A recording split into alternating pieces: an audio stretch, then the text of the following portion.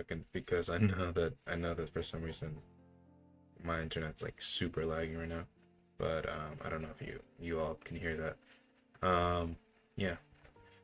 Hey guys, Tire Climber here, and I'm here to bring you guys another live reaction to the newest Tower of God chapter. And like all streams, obviously, I'm gonna have to check if I sound good.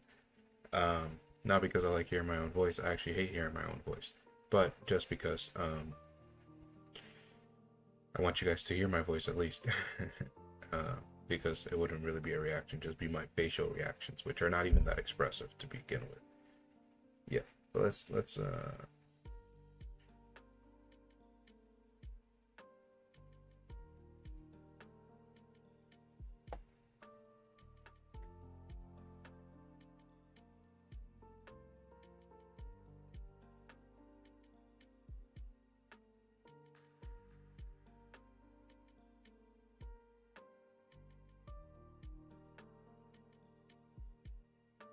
yeah, I don't know if I don't know how good I sound right now. I don't know if I sound too low. Again, it's always the issues with my headphones and stuff like that. But actually probably should turn off the music a bit now that I'm hearing it.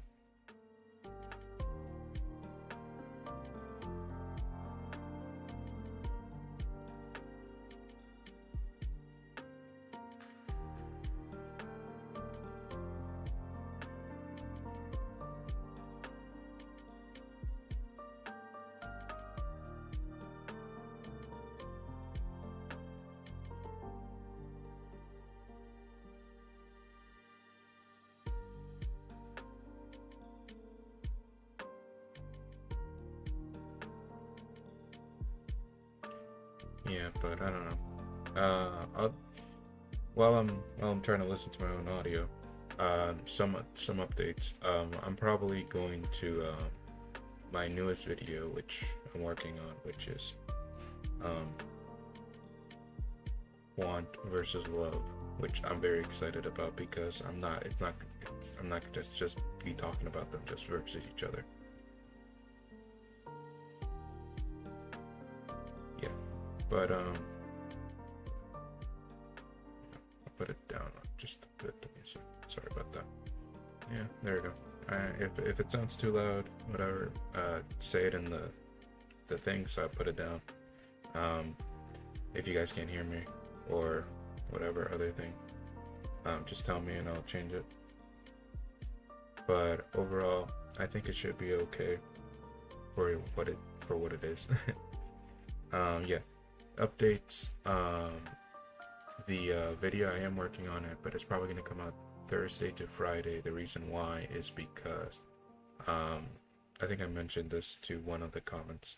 Can't remember if I did or if I'm just blurring it out. I am this is like my finals week. Today and tomorrow are basically my finals for my summer classes. So I've just obviously been taking care of that.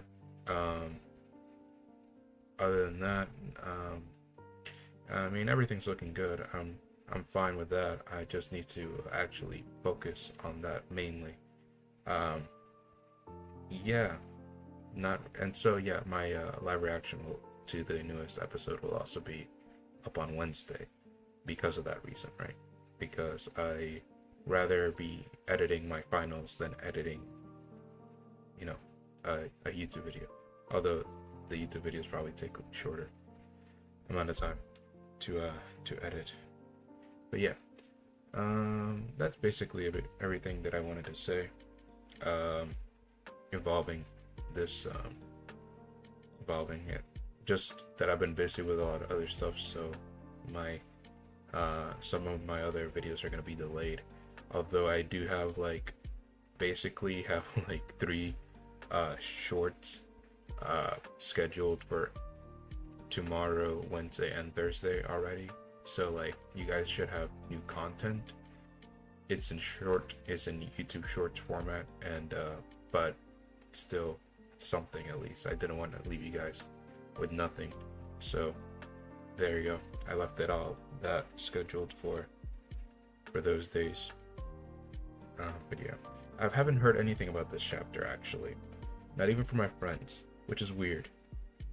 Normally they always tell me something, like even if it's vague, I always hear something, but I didn't hear anything. So I don't know what to say. I don't know what to think about that. So yeah, without any further ado, I guess let's just get into the reaction if there's nothing else to really talk about. But yeah, let's just go into the reaction panel. All right. Also, fun fact about my editing video stuff.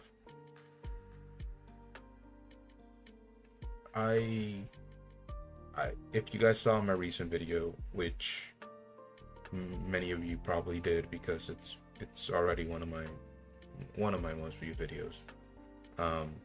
Very fast. Thank you again for all that support. Yeah, so my latest video, the background changed. The reason was not because I wanted to switch things up. The reason is because I got frustrated and I deleted basically all of my downloads.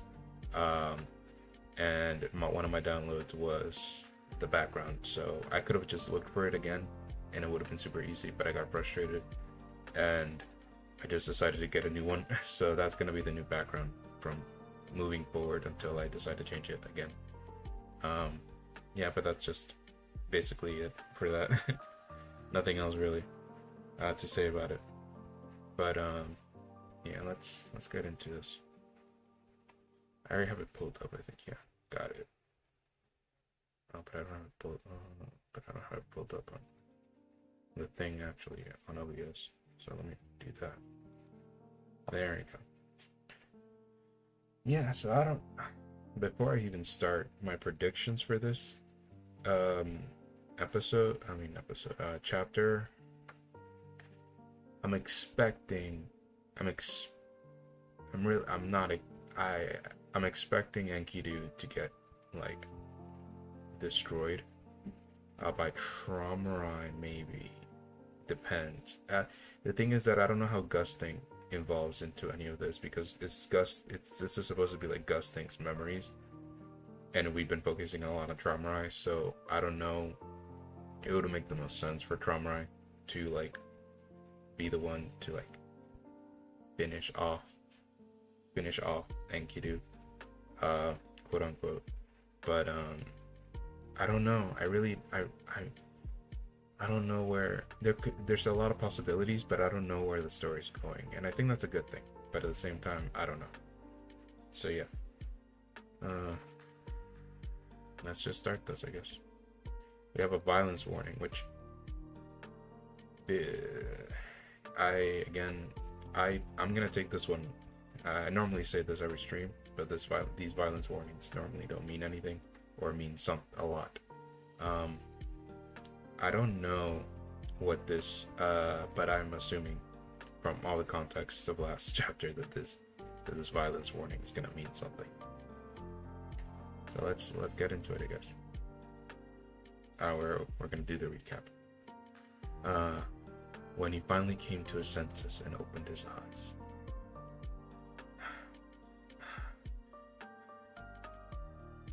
he saw Amizu lying there. Her body had been brutally mutilated by his blade. The only sound in his ears was the crane's sad, bitter song of mourning. Something before we can even go back into it. A really funny comment that I saw not Haku making on a lot of, I think on his reaction, and like a bunch of other reactors like Bonehead and mine reaction to this chapter. He called this the most useless divine sea animal, Shinwei, because it didn't even go to protect Amizu, and all of us were like, it would have died. It would have died in 0.2 seconds. But yeah, that's just funny. No, but this is like the reverse of animal cruelty. This is psychological animal cruelty. But yeah, the heart-wrenching melody brought him back to reality. A moment later, His whole body was overcome with a terrible chill. Enkidu had lost control. What have I done? I love how you can see. I didn't even notice. I don't think I even noticed that. You can see like the breath, like the fog of his breath in this panel. I don't know if you guys can see it with a filter over it, but yeah, that's a really cool detail. I didn't even notice that chapter. So I remember people saying in other reactions of why Traumar was just standing there, or why he couldn't do it, like he's the family head and all that stuff. I don't think he couldn't have done it. I couldn't have done anything. I think it's more of the shock of everything, like the whole conversation that he had with Amazu, that he was like in shock of that already, and then imagine like I'm assuming, because it was multiple slashes and multiple things, like it took it was either it took so long that it happened in a like probably a few minutes span of time, or Enkidu did it so fast that he did all those slashes like in the span of like a second, which is, I don't know which one's worse to think honestly, but yeah. Oh, sorry, I just wanted to check if my microphone was even on, because for some reason I couldn't even hear myself for a second. But yeah. No, but this, man, I love this flashback. It's just this flashback, I love it so much. And there was like a thing in I think Amy's stream that they were talking about this one versus the Wong one flashback. Why I love the Wong one flashback. It's one of the best, some of the best things that happened in season 3, in my opinion. But because of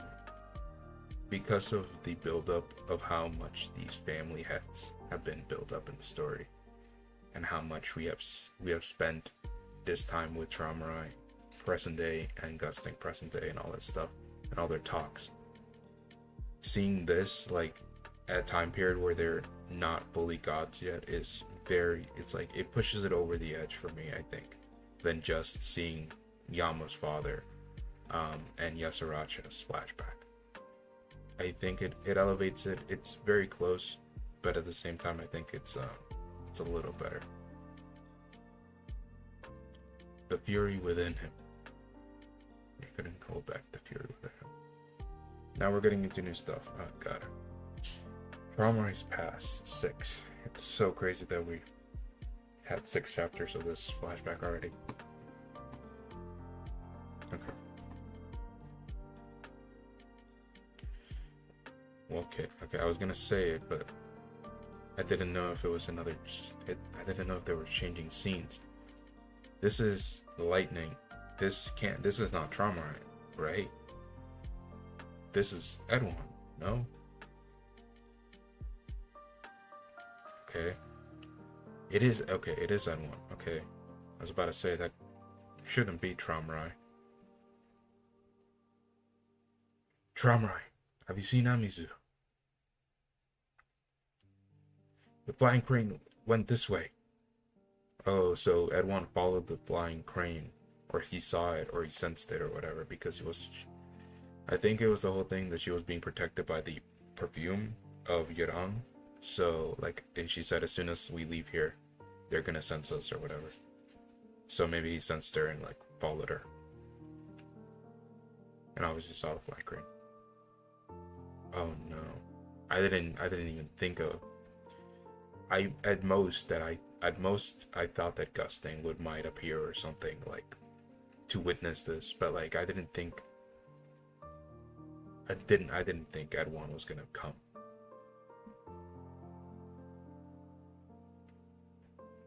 Okay, he's seeing what's happening.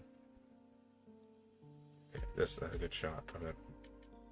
Oh my, well now I wouldn't say that's more detailed, but you can definitely see she has like bruises on her. He like beat her up too.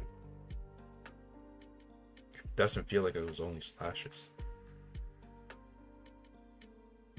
I can't yell right now, but like he screams at me, but I can't yell right now because my throat's actually a little sore. But I can't yell. But he yells Amizu. Amizu. Whose sword is that? Enkidu, you bastard! I didn't mean to. Oh, Enkidu. It's the thing is just he was, I don't know, he was in a rage or something. Like it even said he was like he lost control. But what does that mean? I like did he actually like just fully black out and go into a rage? Because he said like when he woke up, did he just fully black out? Oh god. Oh Jesus. I'm going to kill you. Or I'm gonna kill you. It's the same thing. I love this panel of Edwan. You can tell he's so pissed, but at the same time it looks like his emotions are not even like fully coming out. Like the only reason, like you can hear like what he's saying so matter of factly. And he obviously has yelled before this, you just didn't see his face, but like, oh god, I did not expect that one to appear. Yeah, okay. Enkidu, like, you're not running away from Edwan, it's Edwan. It's like, legit, Edwan is like the Flash of this story. Oh goodness. Damn it. Yeah, you're not. Yeah, I was just as I expected, nothing less. He got struck by lightning. Do all the family heads come and like see what happened, or like is it just Edwan who's coming here?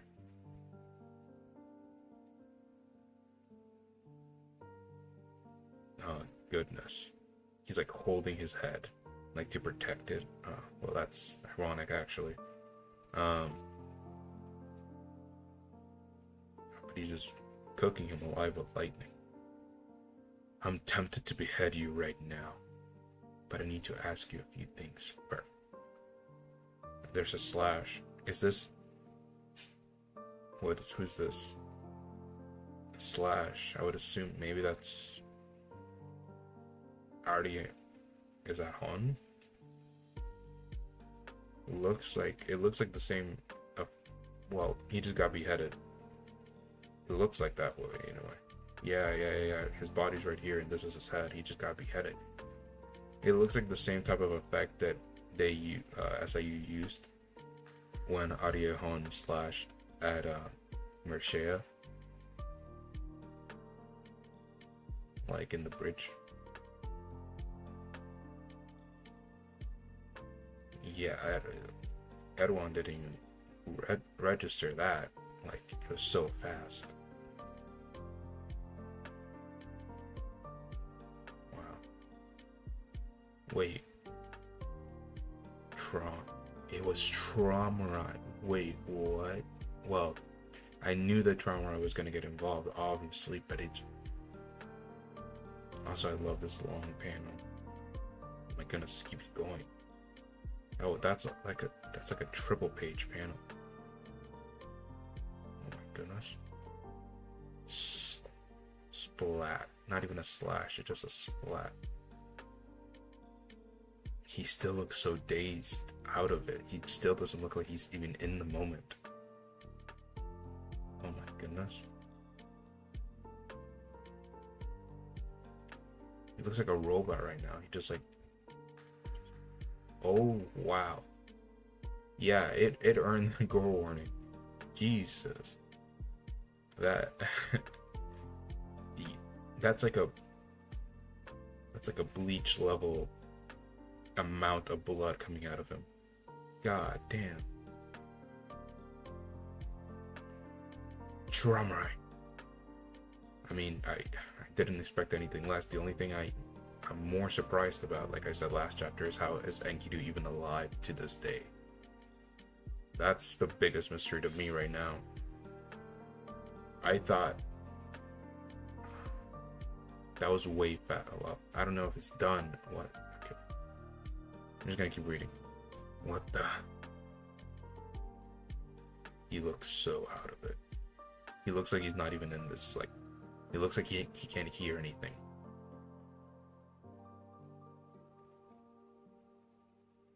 Oh wow, the blood looks different than normally how SIU draws blood. Or I don't know. I'll have to look back at other chapters and stuff, but it does look a little bit different. Also, that's wow. Also, who's screaming? There's something screaming. Is that still the crane screaming in the background? Wow. Where's that Enkidu screaming? I wouldn't. No, that's not Enkidu screaming. Wow. Oh, we cutting scenes. Okay. We're cutting scenes. Are you enjoying the chapter so far? Yeah. I'm definitely enjoying the chapter. I'm just kind of like lost for words right now. Definitely. No, but this is the thing, is that I expected this moment. I did not expect the Edwan stuff. I did not expect Edwan to come here. Yeah, that... Sorry. I don't know if it was fully necessary. I mean, it showcased, again, the thing that I love most about this flashback. Emotions from these gods of the present day. Like, Edwan saw his companion, somebody that he climbed the tower with, just be mutilated in front. Like, he just came into the scene and saw his, like, one of his best friends could be mutilated, and his first reaction is like, I'm going to kill this person. Like, that shows you that's the best thing this flashback has been doing so far, has been showcasing that aspect of the family heads.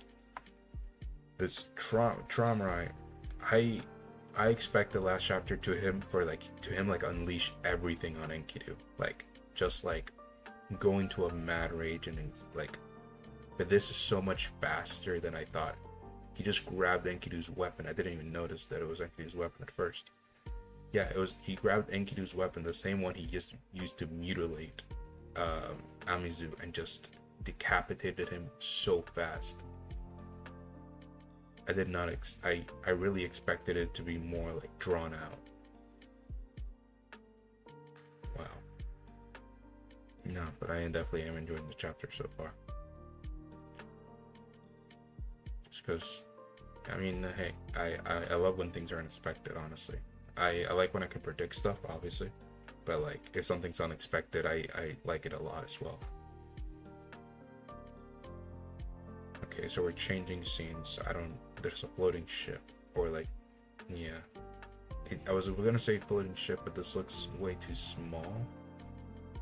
Either these things, these tubes or whatever, are like huge, or this is not a floating ship, but like an observer. Probably an observer. Oh. I just got hit with more unexpectedness. This, I'm pretty sure, is the this is the who am I thinking about? This is the figure that I said that I went on like a little rant about in the party, that was kind of like in the corner with his, like, their arms crossed or whatever.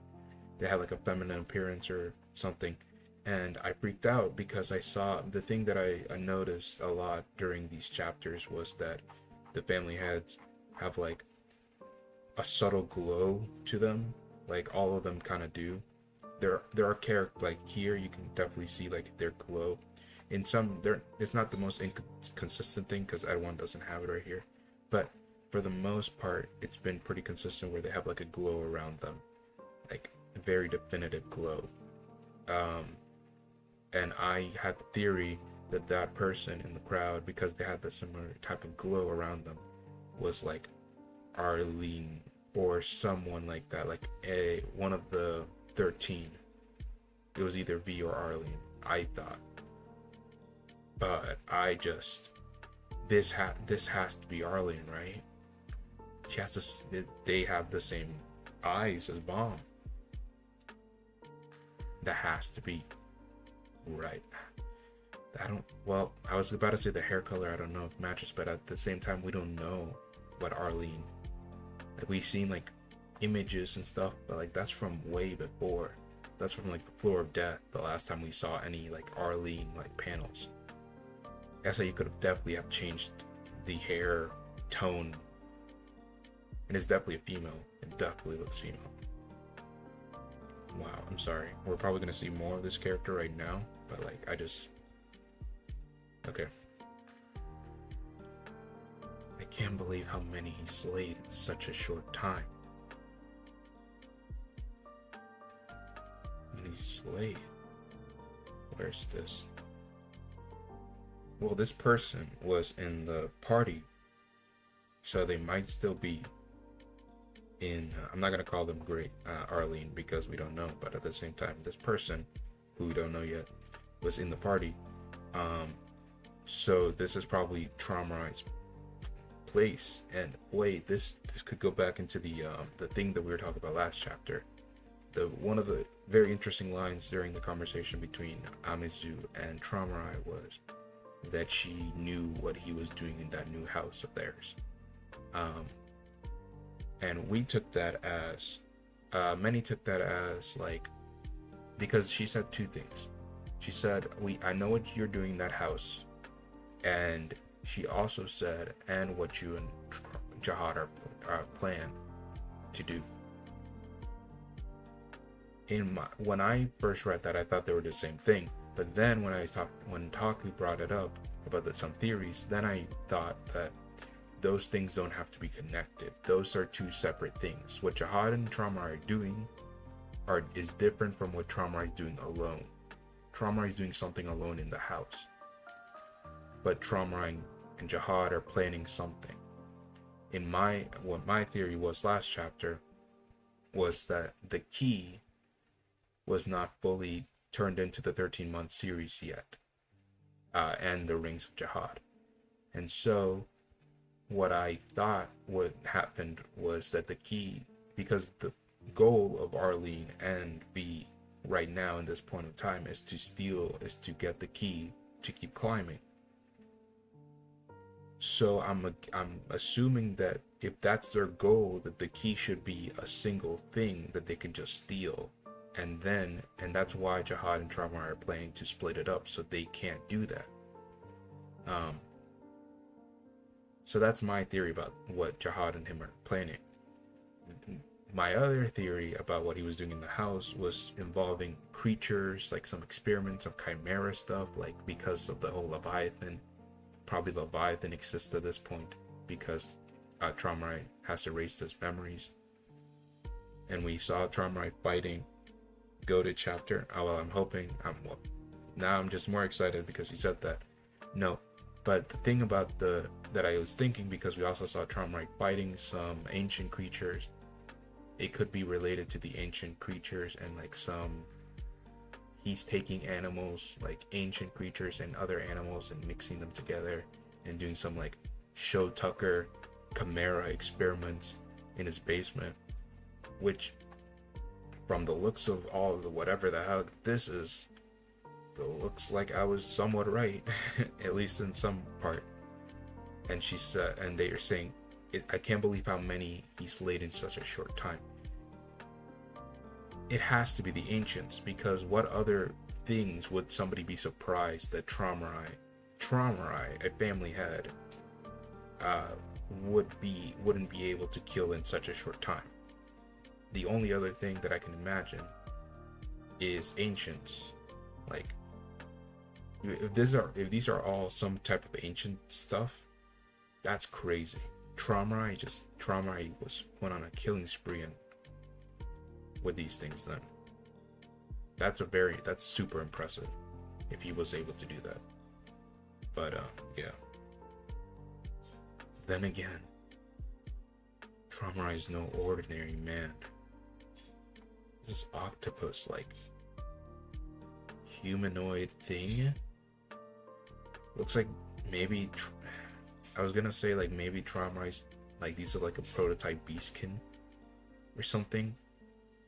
Traumarai's making humans out of creatures, and that's like a whole thing with Traumarai too. Like there's so many things with Traumarai's character, but like another thing with Traumarai's character is like making humanoid animals. Like I guess like Enkidu is kind of maybe, although it's somewhat weird how he works. And Wong Wong and all those other beastkin stuff, and so we know that's like a thing with Traumarai. That's weird. It's so weird. I can't reach. Okay, so this is somebody else. They're getting something on their pocket. I can't reach Lustlike. I think something is wrong. Lustlike's pocket is still in here. Has he and Amuse not escaped yet? Wow. Okay. Also, if this is Arlene Grace, by the way, if this is Arlene Grace, this is Arlene Grace's pocket, which I think is in the possession of Bomb. I think Goram gave Arlene's pocket to Bomb, if I'm not mistaken.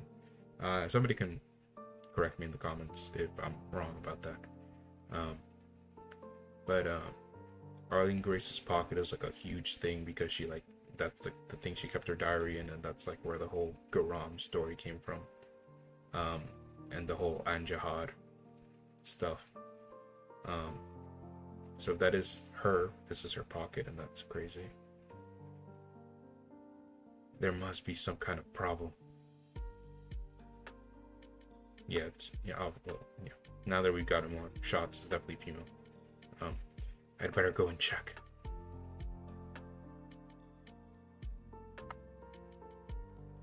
I feel like it has to be Arlene or something, or someone like that.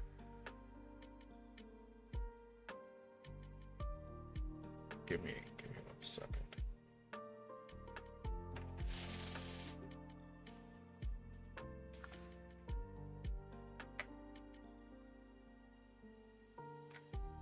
Sorry, is that? I'm just changing out my headphones because one of them is about to die. So let's keep reading. The night ended in tragedy. Okay. Even after being beheaded, Enkidu was still alive. Okay, so he got beheaded, but he's still alive, like in the Jello, kind of like we've seen him in present day. But in present day, he's also like mutilated, like destroyed. Like is that just from like old age? I doubt it. I don't think so. But like he's like burned, and like it's like a horrifying looking creature. Like he doesn't have any hair. His eyes are like bloodshot, and it's crazy. It looks insane. In present day. So I wonder if there's still like more to come with this Enkidu that we haven't seen yet. So his head was kept for questioning later. Okay. Amazu's friends tried their best to save her. Oh my goodness, Amazu's there. Get on. Who is this? Well, I'm just sorry. Who is this? This camp.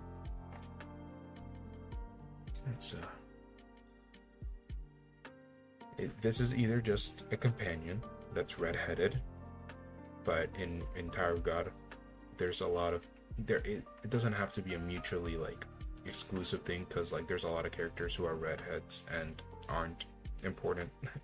Like Quant. Like Quant is important, you know what I mean? Quant is, in direct respect, he's just a ranker. He's and he's not related to like a red witch or like anything like that. He's just, or stuff like that. But so there are plenty of red-headed people. Yama too. There's a lot. So this could just be somebody with red hair. or it could be a red witch, which that makes a little bit of that either is disproving the theory, which I very much agree with, that the people that red witches came from Enryu. Enryu, because we know that he created life, and which what makes the most sense, that he created people that can see the future. It's an ability that we know that he can give people just by being looked upon, right? But if this is a red witch, then that disproves that theory, because Enryu has definitely not entered the tower anytime soon yet. Um, but I don't know. But this is definitely a companion, whichever thing, because they said Amizu's friend, so this is a companion that we just haven't seen yet. But I'm interested to know more about her. She's more than just a design. But not even they were powerful enough. Yudong and Amizu's conversation, again, I've said this before, but it's like one of my favorite moments in all of Tower of God. It was amazingly handled and written, and just great. The panels were amazing as well. I never thought Yudong was going to be one of the family heads that I liked as much as I do now, but SAU has been, honestly, all of the family heads I think I like. I don't think there's any family head yet that I'm just like, I don't think I like this family head. Like their characters or whatever. To bring someone back from the dead, yeah. That's horrible.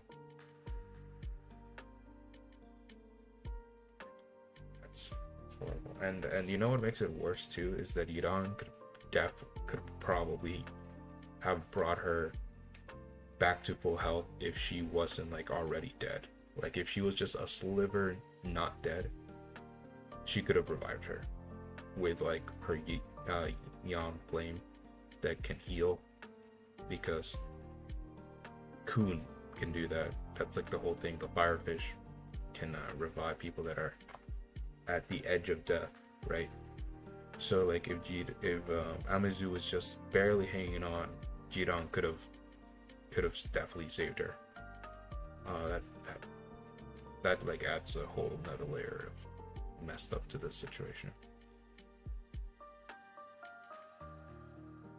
Amid all the chaos, the intruder slipped away, and the commotion came to an end. Oh, so they took the crane too.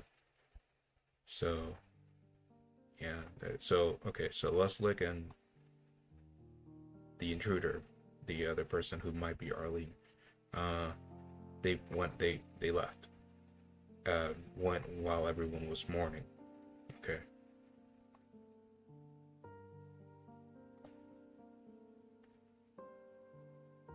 Everyone was utterly heartbroken by the unexpected turn of events. Meanwhile, there we go. I knew that. I'm pretty sure that I know where this is going. But now we're finally getting into the portion of this story that involves Gusting. Gusting was obliged to investigate and record what happened that day. That is his purpose in the tower, from what we know. That's the whole Pobedal stuff. They're the historians of the tower. Yeah, that's crazy. He's going all detective mode on us. No. Traumarai. Yeah, this is the scene. We have a lot more context now. I'm coming in. Well, he was in the room when she left. That she left in. The same room that she had to talk with Amizu. Not Amizu. The talk that Amizu had with Yirong happened in this room, and that's where she left. He's here with the Kraken. The Kraken looks so sad. He looks depressed. Oh no. He looks a little. He does his. At least his. I was about to say he doesn't look any less big, but he. I think his head was a little bigger in present day, and also his horns were bigger in present day, which doesn't really mean anything because Trauma can decompress and compress his animals to be as big as or small as he wants. But like, I think SAU is like doing that to show passage of time. Oh, goodness. There we go. This is the panel that we didn't know was blocked out the name. Amizu is dead because of that monster. And Giru, it's your fault that this happened, Tramurai. Oh, this panel.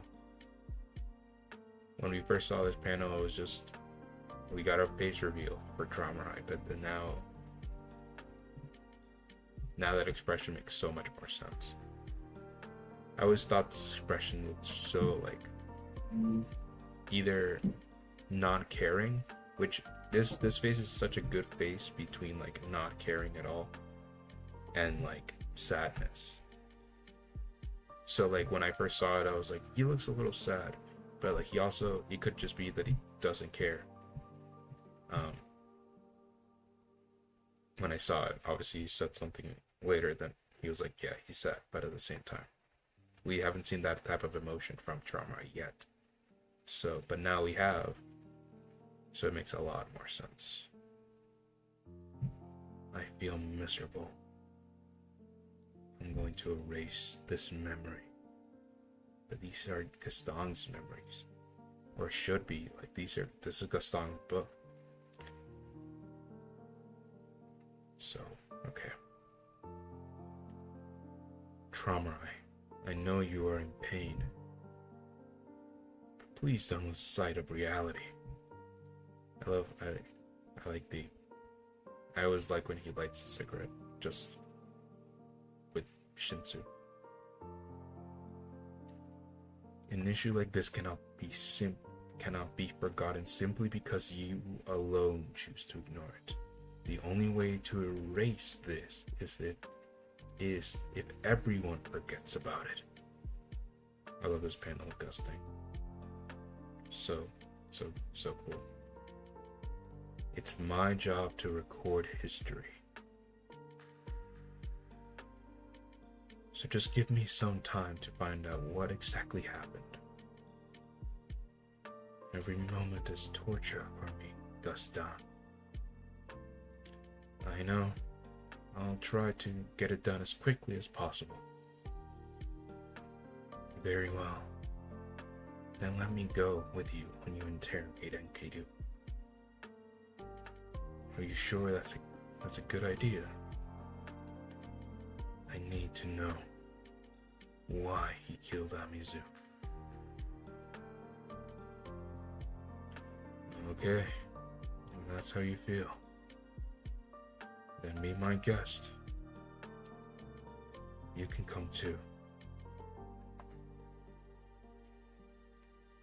Okay, so now we're gonna have the interrogation. Inside Traumai's floating castle. You're not getting out of here alive anyway, Enkidu. The underground dungeon, but the thing is that he does, and that's the thing I want to know. Why does he get it? How does he get out of this alive? How is he able to stay alive from this?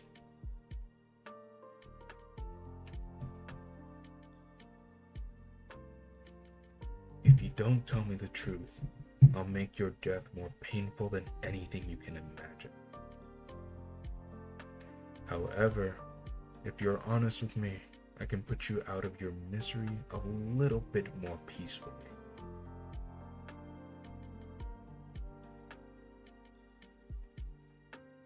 This is the same like device that we saw in the Sprout. I just noticed that, like the one that Rachel broke with the Shinsu Black Hole Sphere thing. This is like the little sphere that he had in the Sprout too.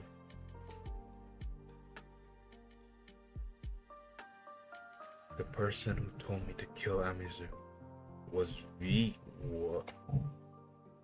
Did we getting a V name dropped? Okay. Okay, I'm gonna keep my mouth shut. I'm gonna keep my mouth shut. Because I don't know. Okay. Yeah. The person what this is obviously not true. Because like that doesn't make any sense. From what we know at least.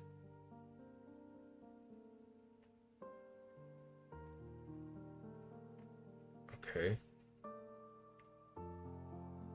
What? He instructed me to approach Tromarai, and then disguise myself as one of you, kill her, and escape. He said that would create a rift between you all. Okay, this is not true. This can't. If this is true, this is. What is it? Haku, don't do that to me. Don't do that. I want to grab you by the collar and just be like, don't do that. That can't be true. But if it is, that's so interesting. Oh God. V made you do it. Also, again, very interesting how everyone just calls him V.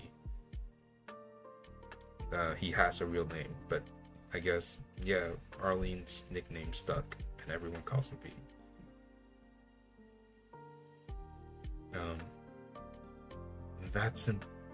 Oh, wait, who's saying this? I think that's Tremor. That's impossible. You may be able to make yourself look like other people, but you've been with me constantly. That's what I'm saying. You've been with you the entire time. At least, okay. You would have never had time to talk to V by yourself. He mostly contacted me through Amizu. Okay, this is a lie. This is a lie because Enkidu and Amizu? That can't be true. Okay, this one, this is not true. But like at the same time, we know that Enkidu has like data of the family head stored in his memory. That's probably something Seth put into his head. Because he has a knowledge of the companions, and he has knowledge of some stories from the family heads and the adventures or something. We've learned that a couple chapters ago, so he knows who V is, probably. But like, really, this is what he's... Okay. True. Not anyone using his real name. I wonder if that's just to keep hiding it from us readers, or if they really all call him that. Yeah, I think it's just like, I think it might just be, well, in story purpose, it could be both. In story purposes, SIU's doing it for us not to know who like V's actual name is. But in like how if you ask SIU to explain why everyone's calling him V, is probably he would say that it's a nickname that Arlene gave him, but it's stuck between her friends and all the people that knew him, so they just call him that. It's kind of like my nickname is Alex. Friends of friends call me Alex, even though that's not really my name, that's his nickname.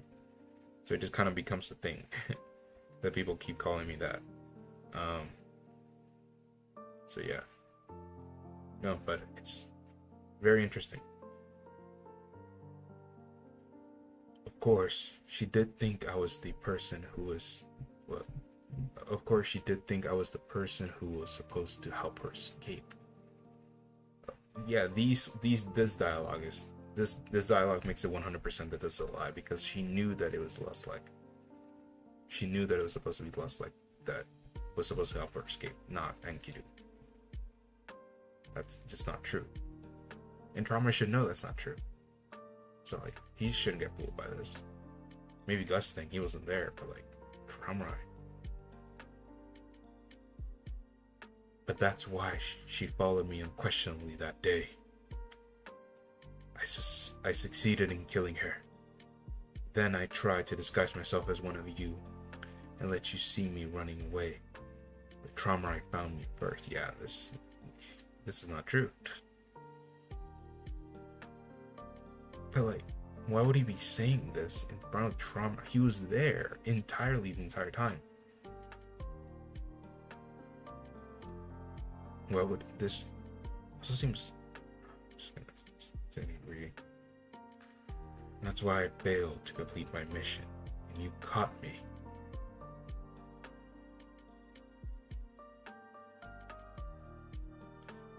What do you think? I don't believe him. But it might not be entirely impossible if Amizu helped him. Okay. So Traumarai is saying that it's more likely that Amizu helped Enkidu than the other way around. But he still doesn't believe a word he's saying.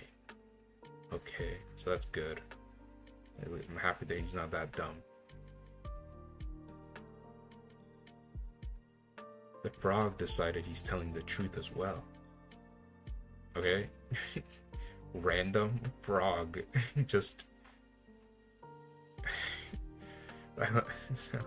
Is a frog like a truth teller? Like, the frog has like truth saying abilities? I'm sorry, that was just... This is a very serious thing, and this whole chapter has been very serious. But that just like... That didn't break me out of it, but that's very weird. Okay. I never expected him to plot something like this. Same here. But we got in a confession from him. Eradicate that despicable bastard for me right now. I don't ever want to see his face again. Is Traumarai just like... What's Traumarai doing? Because is Traumarai just like... Does Traumarai just want to kill Enkidu that badly? He doesn't care what Enkidu says. He doesn't really care about the interrogation. Like, Gustin cares about the knowledge. But Traumarai doesn't. He's just like, kill him. Alright, we got what you wanted. Now kill him. Why is Traumarai... Okay, just gonna keep reading. The frog is huge. But at the same time, everything. Traumarai. All of his Shinwei are huge, but... Frog. I see you like frogs. Just noticed. He likes his frogs. We have Pollock, we have Cobalt, and now we have this frog. He likes his frogs.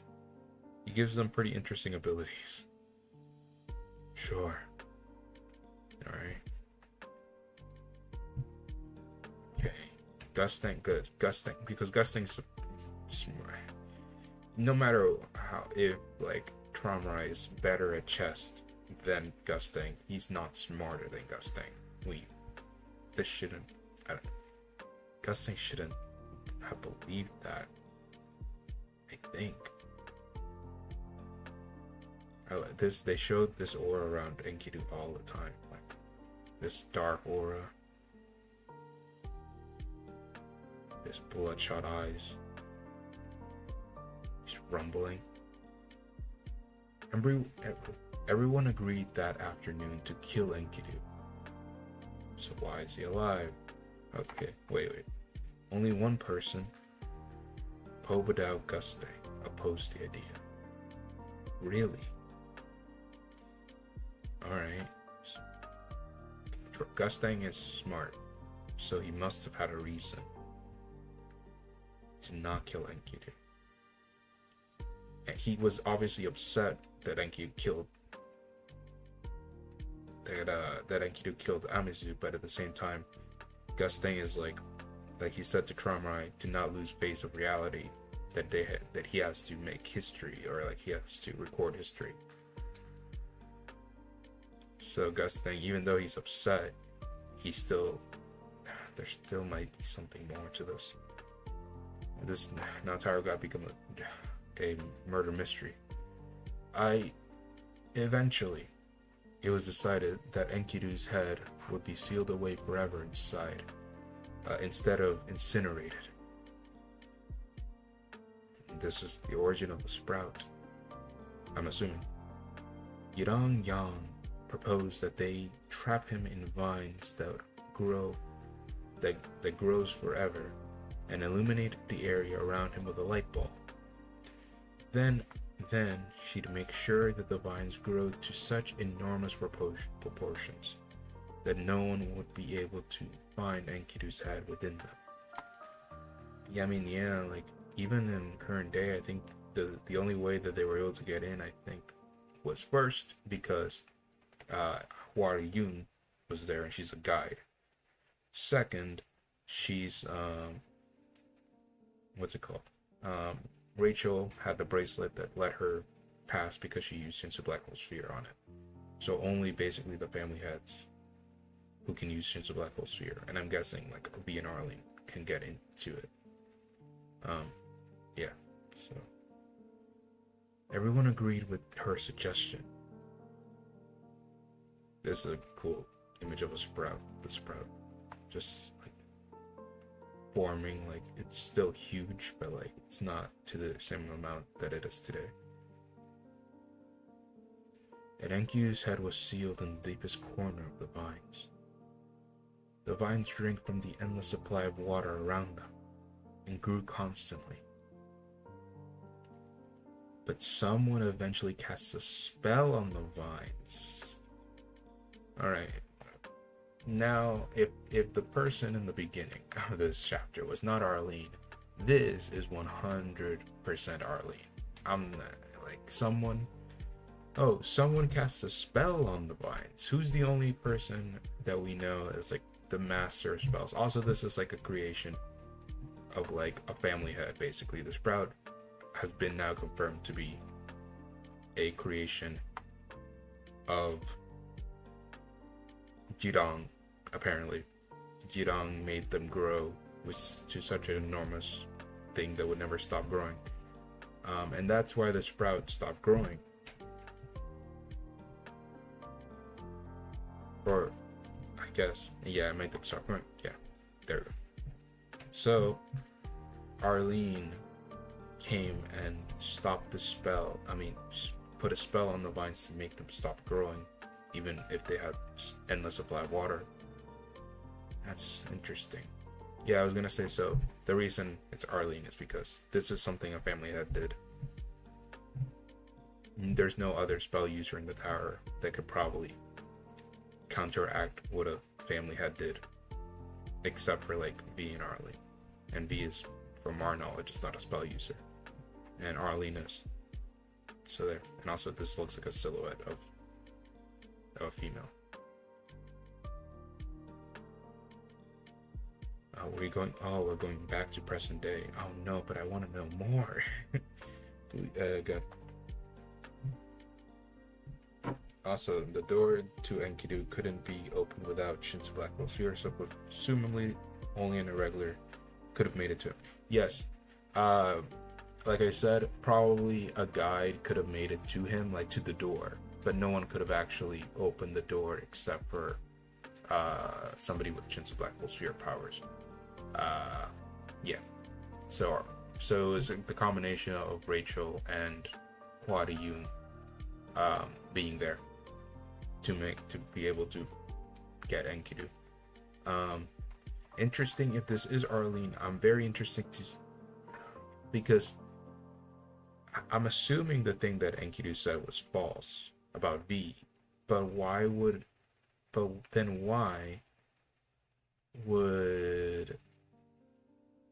Arlene go so far to make the vine stop growing? You know what I mean? I'm assuming the thing with V is false. But at the same time, why would she do that? Why would she cast a spell on the vines to stop them from growing? If they weren't in maybe if they weren't in contact? Goodness. This keeps getting more complicated every panel. Why did I decide to seal Enkidu away? Why did you? Like, are you gonna tell us? Please tell us. I guess. Instead of killing him. I'm sure it wasn't out of pity for him. There must have been some other reason. Perhaps I hoped that the truth uncovered that day would never be either forgotten or revealed. Because there's still the possibility that what Enkidu told me that day was true. The V thing? Or I didn't kill her. Okay. It wasn't me. What? I didn't do it. No, wait, I just got a theory about. Okay. This, I also love the way that so you did this. The text bubbles. I didn't do it. Not human. I was forced to do it. Traumai made me kill her. There.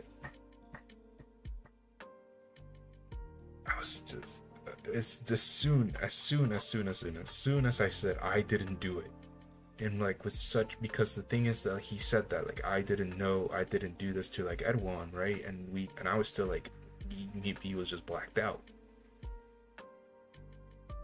But this, like how emphasized it is, like now I believed him, like he didn't do it, like I didn't do it, I'm not, and this I'm not human, I was forced to do it, trauma made me kill. If that's true, if that's the reason Traumai didn't go in to help Emizu, if that's the reason why he was just standing there, that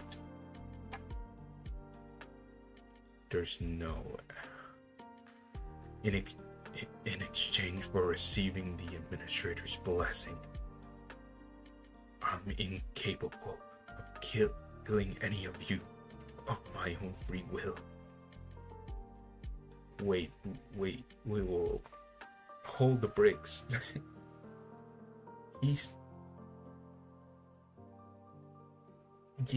Yeah, but I believed that only meant the family heads, like irregulars or like stuff like that. Like I thought it was just a weird translation thing, like because it was the Trailblazers or something that they said of the tower, which I just assumed to be the 13 warriors, and by that extension irregulars like Bomb or something, or Bomb or Yurik, Enryu, stuff like that. Like they could probably kill Enkidu. They probably still could because they don't really, laws don't apply to them that much.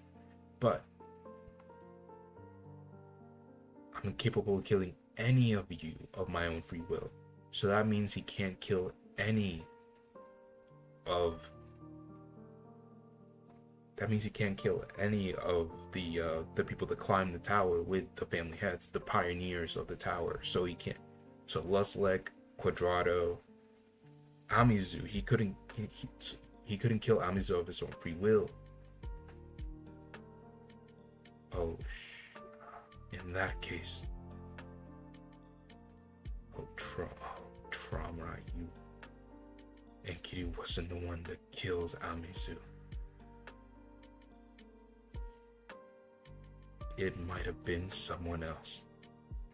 He continued. I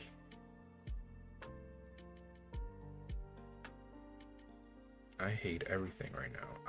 There's no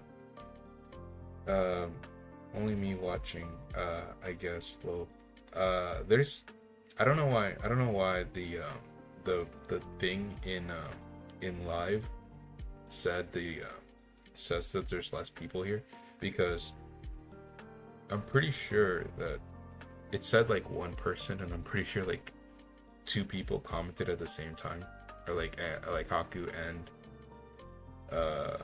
Amir commented at the same time, or something around the same time. So I don't know if that just meant that somebody left or whatever, but like now it's 4. Yeah, it's weird. It keeps doing that, but I don't know. Let me just go to a panel. Let me stay on this one, I guess. Uh, okay, let me just stay on that panel. Oh goodness, that was a roller coaster of emotions, and I need a break, and I need a nap, and I need everything right now. So many great hints. First, that Enkidu blacked out and had no memory of doing it, and that he can't kill the Trailblazer. Yeah, oh my goodness, that was. Oh, that just. Okay, and there's that. This I'm gonna actually do a discussion. Like normally, like I just recap what happens in the chapter and like tell you guys what I did. But I'm having a discussion about this. I'm not ending the stream right here. Are you crazy? No. So Traumarai was the one who did it, and then Haku. Then when Enkidu Edwan went to ask him what happened, Trom finally jumped in to stop him from answering. Yeah, he did. Well, at the same time, like he was getting cooked alive, so I don't know how much he would have been talking while electrocuted, but at the same, yeah, I get what you mean. No, well, okay, so we learned a lot this chapter. Not just this, which this is the biggest reveal of this chapter by a mile. But we saw what Traumarai is doing in his house. It involves, in my opinion, my theory is that involves ancients of some kind. We may have seen a sneak peek of Arlene Grace. I'm like 70% sure. We saw the formation of the sprout. That was cool. It was interesting. It was very interesting that Arlene, because okay, the person that we saw in the black trench coat might have not been Arlene, right? It might have been another new character. The person that cast the spell on the vines was definitely Arlene Grace. Again, like for all the reasons I've mentioned, there should be no one else in the tower who's that good at spells to counteract something that the family head did, which is Yidam. Yidam made the sprout. That's something else we learned, but that's less important. When Gustin wouldn't kill Enkidu immediately and went to interrogate him, Traumarai convinced. Traumarai convinced. And this is the thing that I love so much. It explains the weird dialogue. It explains the weird, as when you first read it, like I even said, like you saw it, Haku, like when you said, or is it? It explains the clunky like thing that I was saying, like why is Traumarai was there the entire time, and Enkidu is clearly lying because like about all that stuff, because especially about the Amizu helping him and she knowing him, because we know for a fact that's true, false. She thought that she was gonna meet Lusleg, not Enkidu, right? So, and Traumarai was there the entire time, so I was like, why is he just letting him go? And my reasoning was like, before I knew this, was that he would just like get it done with. I don't want to even have this interrogation. I just wanted him to be dead and for me to forget this memory. I didn't want to do this. I didn't want to do this, so just get it done with. We got a confession, kill him. That's what I thought. That's what I thought at the moment. This makes the scene make so much more sense now. Holy crap. They just show, also this shows you, how hard, this is an amazing villain moment. Honestly, out of the most active villain moments that we have seen from SIU, this is like one of like probably the top 10 villain moments. Like one of like, oh yeah, this is like you get hit in the face of just like this is sickening, and just like, because you keep thinking about it, and the more you think about it, the more it makes sense and the more horrible it just is. Traumarai is an amazing character. Yeah. I'm gonna keep reading what you said. Haku. What's the last thing I got? Oh yeah, when Enkidu's saying that B stuff, he's robotically motionless, but when he looks pissed when he's there leaving the room. That's something I also mentioned.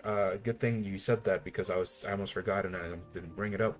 Enkidu sucks at lying. That's actually a great thing that this scene also helps the past thing that people were that I saw some people complaining about, which is like the whole uh, Enkidu is bad at lying thing, and how does Hamizu not know?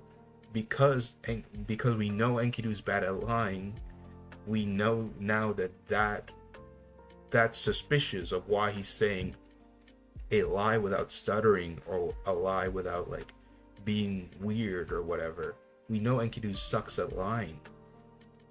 So that's like an amazing touch that I thought about while I was thinking. I was thinking why he was talking like so robotically, but like and lying and stuff like that. But at the same time, I was also thinking like he's not stuttering or like this is clearly a lie, and he's not stuttering or he's not saying weird stuff or like, you know what I mean? It just feels weird if the person in the lab wasn't Arlene. Yeah, it does. Just I feel like again, it makes so much sense why it would be Arlene. Even like them making it out of the castle, like so discreetly. I get they were all in mourning, but like Arye Han probably would have still been there patrolling, like what he was doing before. Stuff like that. Maybe Edwin was still in mourning. Yirong was still in mourning, definitely. Trauma, I probably wouldn't care. Gus thing was also in that scene with Yirong. But at their very least, Arye Han was probably still there. So I can't imagine somebody that's not like their level, like just escaping like so casually that it would just been like set in the text bubble and not like shown it.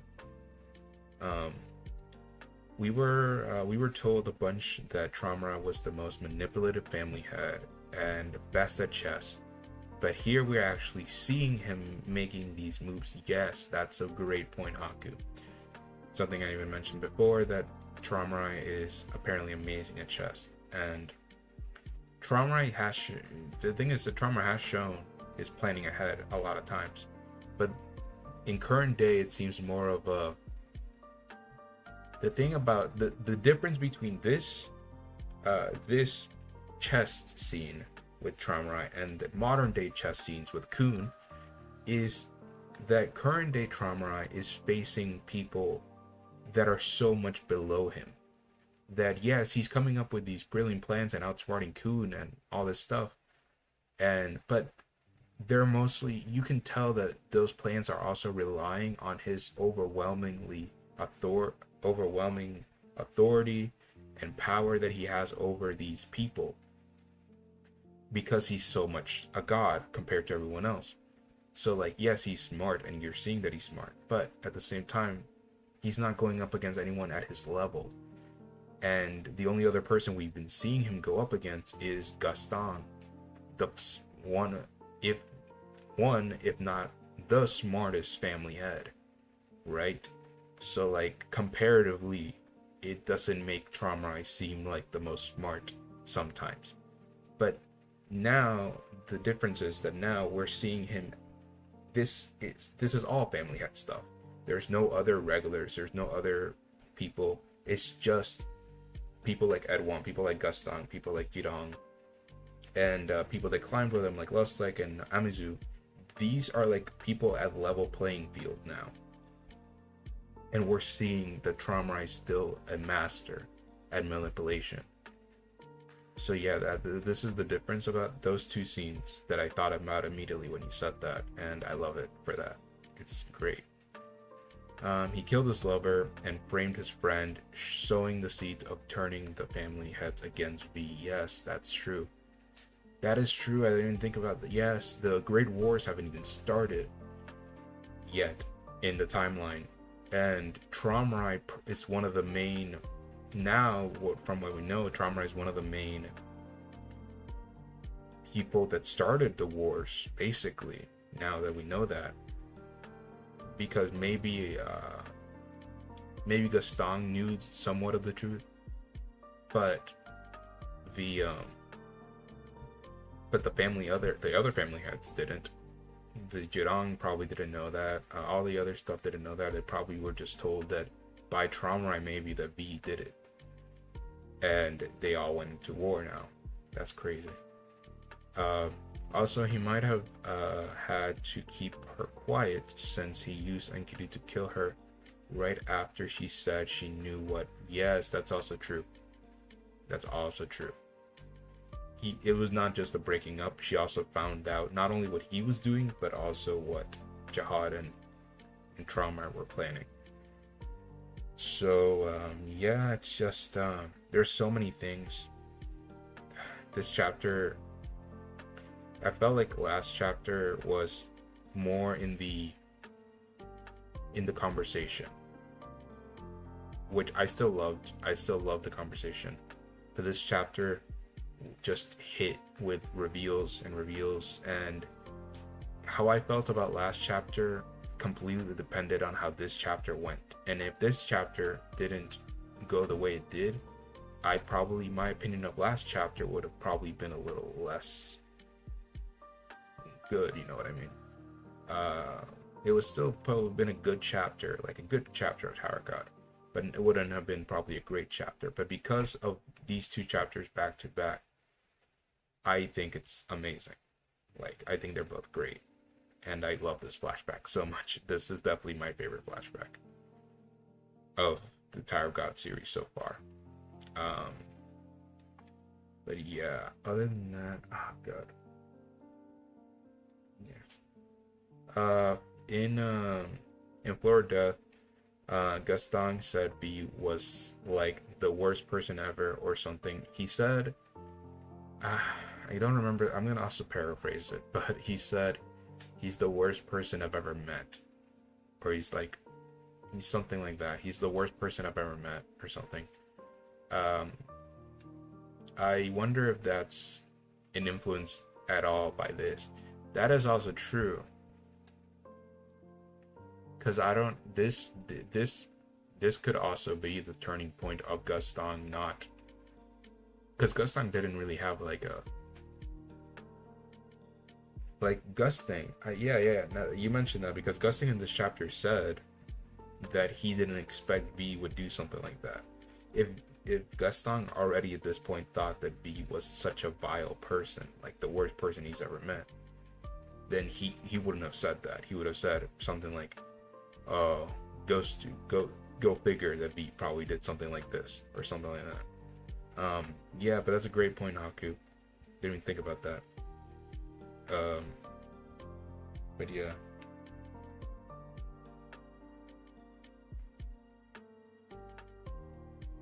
No, but that's an amazing point. Wow. No, that's the main thing. That's like the super main thing that happened this chapter.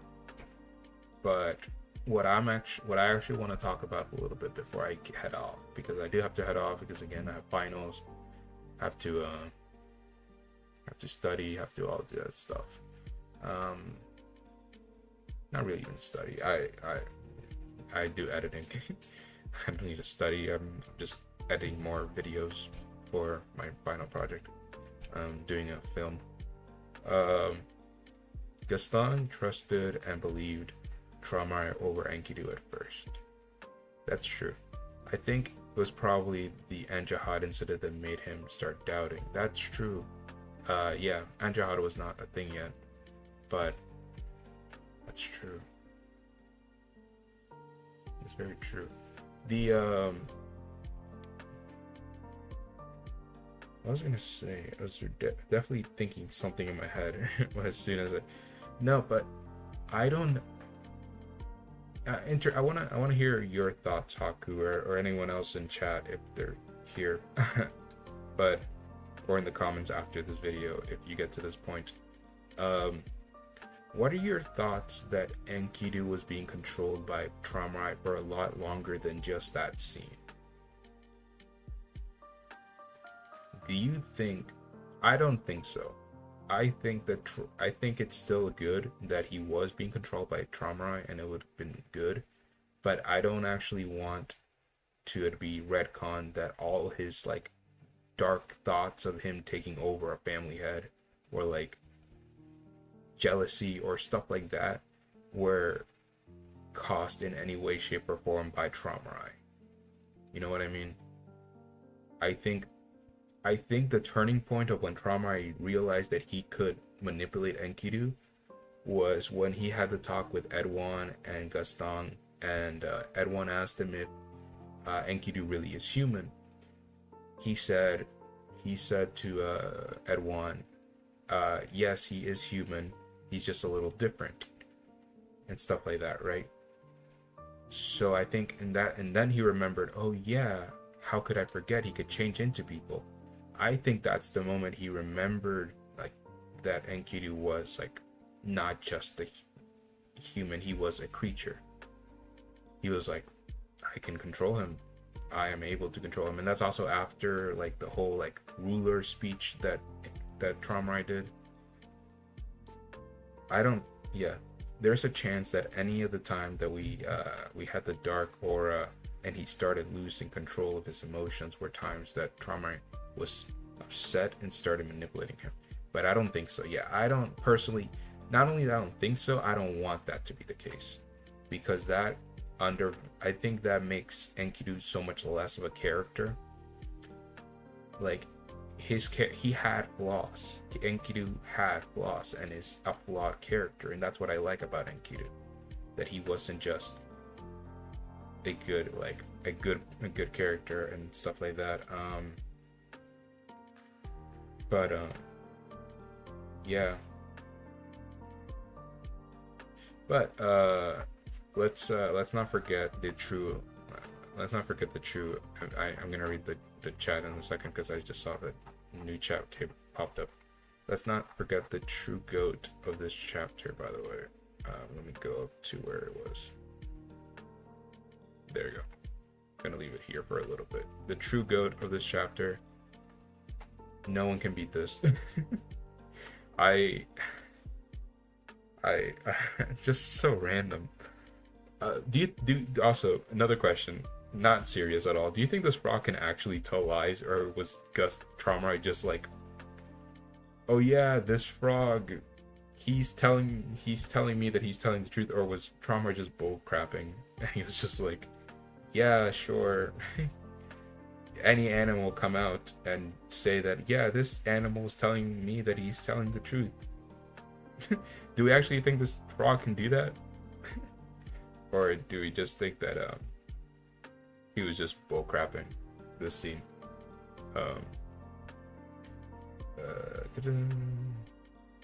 I think Enkidu was in control of any of the times before he blacked out. Yeah. I think when he blacked out, I think that's his.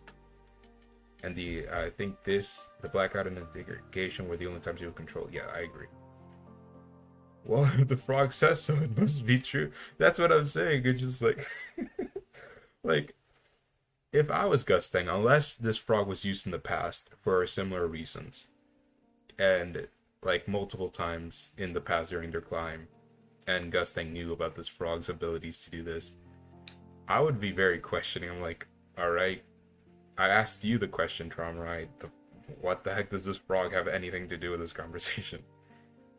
I actually have no clue. It's funny if he was just lying about it. Yeah, that's true. No, that's fun. No, but another thing before I sign out that I wanted to talk about was what do you guys think about what we learned about Traumarai? Not just the Arlene thing, because the Arlene thing was a big reveal in that scene too, but what is Traumarai doing with all those animal fusion things, right? Do you think it's like a beta version of the Beastkin? Because I honestly think I think it's like, because of what they said, like they were surprised that he had that many. So I think that it's involving some way, shape, or form the ancients, because we saw Traumarai fighting ancients or an ancient creature. like specifically in this flashback, right? And it might have just been like a cool thing, but what if it's more connected, that he's like hunting this ancient creature and he's like making these monstrosities out of them and like trying to experiment with them. I thought that was a really cool idea. And yeah, I don't know. I'm trying to think about it, but honestly, other than that, other than the ancient thing, I can't really think about much else of what he could be using them for. Again, the only other thing would have been the beast, like a beta version of the beast, because we saw like the octopus be like semi-human, like Noid, like with the body of a human. The one we zoomed into looked like the Kraken's tentacles, yeah. So he could have been made. He could have made his deadly by using. That's interesting. That's an interesting thought. Because we know he has like 3 dragons or something. He had like 3 dragons and Leviathan, which I don't know if I think Leviathan counts as a dragon because he specified 3 other ones or something like that. That bomb should like devour or something. I think that was what was said. I forgot. But yeah, Tromrai, not Gusting. Tromrai, he could have, but he may have made them more powerful, but he's not the seven creatures, at least from what we know, they were with Tromrai for a long time. We saw baby Kraken, we saw baby Cobalt, and we saw baby Bendar Harp in that flashback with the library of Gustangs, that and stuff like that. So he may have like added to their powers and made them these godly deity type of things by adding the ancient things. But I think the base Shinwei were still traumatized from the beginning, if that makes sense. I don't think he created them with the ancients. If that makes sense. He maybe he created dragons. I don't know if he had many dragons. And maybe Leviathan, he created Leviathan with some type of ancient creature DNA. Could very much be possible. Leviathan is like one of the strongest Shinwei we have seen. Gustin said the Fitbit was connected to what they feared. Yes. If that's ancients, then maybe the ancients were used in research to make the Fitbit, which branched to Shinwan Ryu. That's a very interesting point. The ancient creatures. We know that the native one. Well, I think how it goes is the native one is an ancient creature, and the native one had descendants, or he split himself off, and that's the descendants.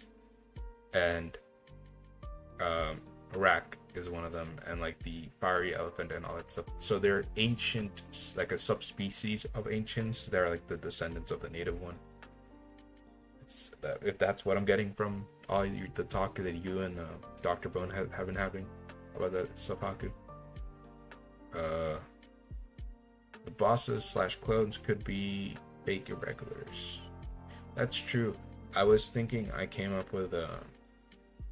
actually did come up with a character that's related to the to some of the information we came up that we found out about the red light district, which is like a pseudo REA member, kind of like how we're assuming that Belarier and the boss is like a pseudo Jihad and pseudo Gustang. I kind of made one of the OCs that I'm planning to create is like that, and he has a very interesting power, but that's unrelated to the whole thing. But yeah, because I do kind of subscribe to the theory that especially after the Belarier thing, that the what's it called? The red light district is some type of irregular or like 10 families like thing, right? I don't know how to really describe it other than that. Um, they're definitely like making clonings of these things. So yeah, we. So yeah, I don't know. Overall, I think that's everything. I mean, a lot of discussion in this chapter, of course, but I think that's everything. Unless there's any final points that you want to bring up, Haku. Um, but I think that's everything. I was not expecting the Ed 1 stuff. That stuff caught me off guard at the beginning. I was not expecting Ed 1 to show up. Honestly, I thought if anyone was going to show up, it was going to be Gaston because of the whole book thing. But it makes a lot more sense now that we know this, because yeah, Gaston was the one who knew the truth.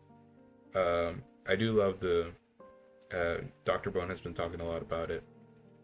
We'll be needing a flashback on that eventually too, since Wang Nang said it burned down when he was young to remember. That is true. The red light district is apparently not a thing anymore. Like, it burned down. That's very true. The red light district is apparently not even a thing anymore. So that's very interesting. Which is, yeah, it's very interesting. And the thing that Bellery said was people getting killed underneath those red lights or something. So yeah, it's very weird. It's very weird thing to say, but to talk about, because we don't have that much information about it yet. But overall, yeah, I think that's everything. I don't think there's anything else to talk about. I'm very excited for next chapter. I've never wanted. I think I'm gonna say for a while. I'm gonna say this. I've never wanted to pass so much. I really just want to keep reading. But I'm actually very much enjoying having like talking about the chapter, because normally I just read it and I'm just like, that was amazing, I'm gonna go to sleep now. Right? But now it's more fun, I think. So yeah, I'll be looking forward to talking more next time. Yeah, so have a wonderful night, guys. Bye.